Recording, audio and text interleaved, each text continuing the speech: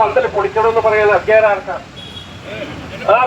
No, collectorate വേണ്ടി വന്ന collectorate ചോദ്യം ചെയ്യാൻ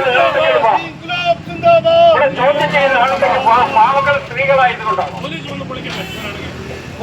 പാവങ്ങൾ സ്ത്രീകളായതുകൊണ്ടാണോ അവരുടെ അനീതി കാണിക്കാം എന്ന് തീരുമാനം എടുക്കുന്നത്? അങ്ങനെയാണ് കളക്ടറേറ്റിനകത്തിരിക്കും, ഇവിടുന്ന് പോകില്ല.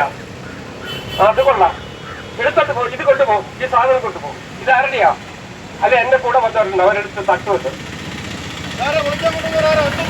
ഇതെടുത്തോട്ട് പോകും. അനിയക്ക് വാ, ഇങ്ങ് വാ, ഇത് പൊക്ക്. നിങ്ങളെ കൂടെ ഒരു കൈയൊന്ന് താങ്ങി കൊടുക്കെ, അതുവഴി ഒന്ന് പോട്ടെ. കൊണ്ടുപോകും. ഒരു അനീതി കാണിക്കുന്നതിന് അതിൽ വേണ്ടേ? ഇതെന്താ വെള്ളരിക്കപ്പെട്ടതാണോ? ഇവിടെ മനുഷ്യർക്ക് വേണ്ടെന്നുണ്ടോ? വേണേ ഈ സ്റ്റാൻഡൂടെ കൊണ്ടുപോകും. ഒരു സാമാന്യ മര്യാദ വേണ്ടേ? ഇത് കൊടുക്കണമെന്ന് ഉത്തരവിട്ട ആരാ? ഇവിടെ സമരമൊന്നും നടക്കില്ലേ? ഇതുവരെ നടന്നിട്ടില്ലേ?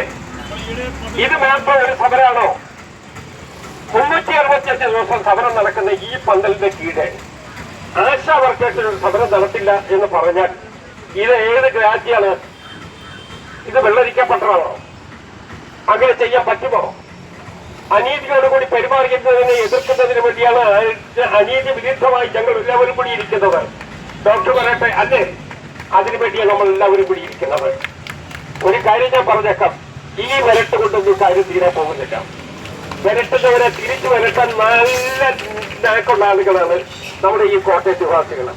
അതുകൊണ്ട് ആ കളിയൊന്നും വേണ്ട.